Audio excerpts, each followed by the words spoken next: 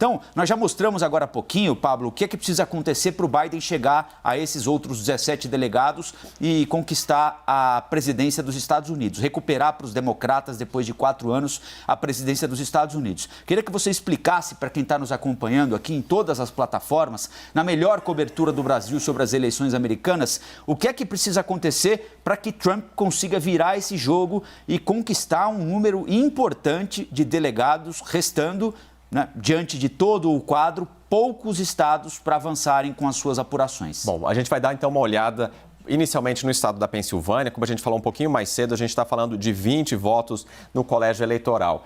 Trump segue um pouquinho na frente, mas a gente realmente precisa esperar, aguardar essa contagem toda dos votos que ainda estão para ser contados. Como a gente falou, são de 500 a 700 mil votos, são estimativas que chegam para a gente. Então, caso Trump levasse a Pensilvânia, ele subiria para 233, né? Vamos anotar aqui 233, que a gente tem que fazer essa matemática. Lembrando, são várias matemáticas, que ontem, né, a esta altura aqui do campeonato, nós tínhamos 75% dos votos apurados. Andou, não com muita rapidez, com a rapidez que nós estamos acostumados com apurações aqui no Brasil, mas levando em consideração que ontem o governador do estado falou em 1 milhão de votos e prometeu o prazo até sexta-feira para contar todos, andou quase 15% a apuração, 14, de 75 para 89. Faltam quantos milhões de votos? Faltam de 500 a 700 mil votos, faltam ser contabilizados ainda na Pensilvânia. 700 mil votos, a gente está falando de uma diferença aqui de 70 mil votos para... Não, 70 mil votos não, de 170 mil votos para arredondar. Então, pode acontecer de o Trump levar a vantagem um pouco mais adiante ou ainda há perspectiva, a possibilidade de virada no resultado, né? Colombo, só uma informação. Se a gente está com agora 89% dos votos apurados, ontem às 6h30 da tarde, a gente tinha 84% dos votos. Eu estava fazendo umas anotações ontem, eu peguei ali para ver como que esses dados estão evoluindo. Ontem à tarde? Ontem 18h30. Então andou pouco. Andou pouco.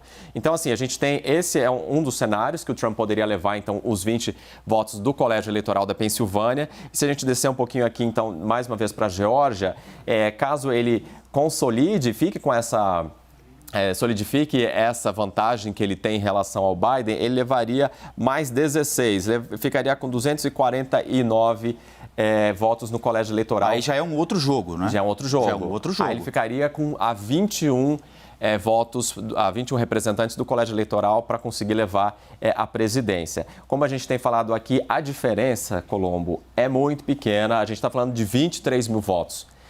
Essa previsão não, até agora são 23 mil votos, mais ou menos a diferença que Trump está à frente, Biden um pouquinho atrás. Então, muita atenção para o estado da Geórgia. A gente foi avisado pelo Diego Pavão, da nossa equipe. Nós temos atualização chegando daqui a umas horas. Então, da Geórgia? Da Geórgia. Vamos ficar de olho, então, na Geórgia. E aí é possível que a gente já tenha uma atualização que defina as coisas no estado, né? Porque nós temos 95% dos votos apurados, embora a diferença seja pequena, né? É provável que a gente já consiga, hoje de manhã ainda, ter uma ideia do que vai acontecer na Geórgia. São quantos delegados na Geórgia? Na Geórgia, a gente está falando de 16. Aí Trump ficaria com 249 caso ele levasse Pensilvânia e a Geórgia. Agora, se o Biden virar na Geórgia, aí a fatura fica quase liquidada. Fica complicado. Faltando um delegado só. Isso.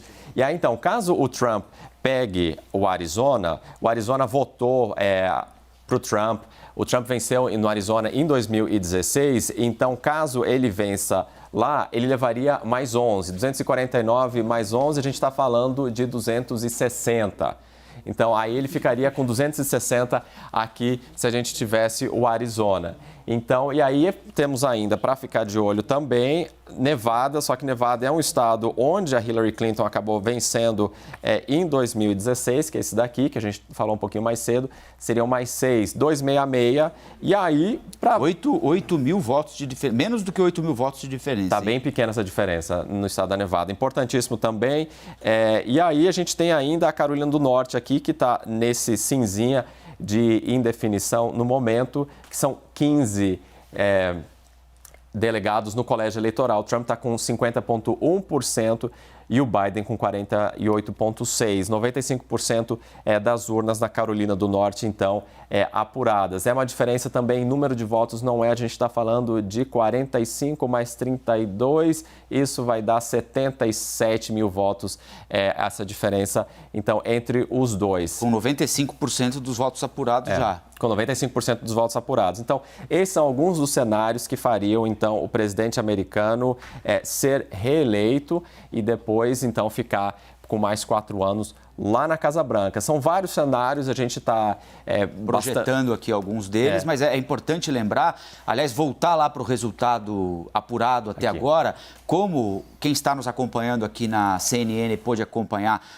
Quando nós mostramos a CNN americana, os nossos resultados são os mesmos. Nós estamos seguindo o padrão da CNN americana, que não faz projeções. Ela aguarda o resultado oficial para não ser eventualmente levada, conduzida a um engano para declarar a vitória de um candidato no estado e eventualmente ocorrer alguma surpresa e ter de voltar atrás. Então, o que você está vendo aqui são os números confirmados até agora, de delegados confirmados conquistados por cada um dos dois candidatos, o que dá a vantagem neste momento para o democrata Joe Biden, que se vencer mais 2 estados, como a Nevada e Geórgia, por exemplo, consegue liquidar a fatura. Mas ainda há chances importantes de reeleição para o presidente Donald Trump, como o Pablo bem resumiu para a gente, porque se ele mantiver a vantagem que tem neste momento, nesses estados importantes, que são estados que dão muitos delegados para o vencedor, ele tem uma perspectiva de vitória também. E neste momento a vantagem é dele nestes estados. Então ele teria de vencer onde ele tem vantagem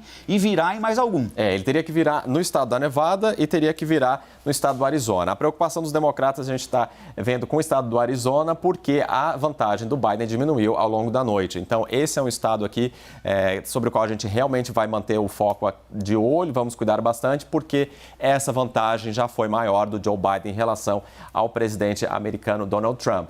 O que a gente tem falado também é que, apesar da tendência do voto pelo correio favorecer os democratas, também é um exercício e uma manobra feita pelos republicanos que perceberam que o voto pelo correio poderia favorecer. Então, a gente também tem essa movimentação, ou seja, são estimativas, né, que a gente tem trabalhado.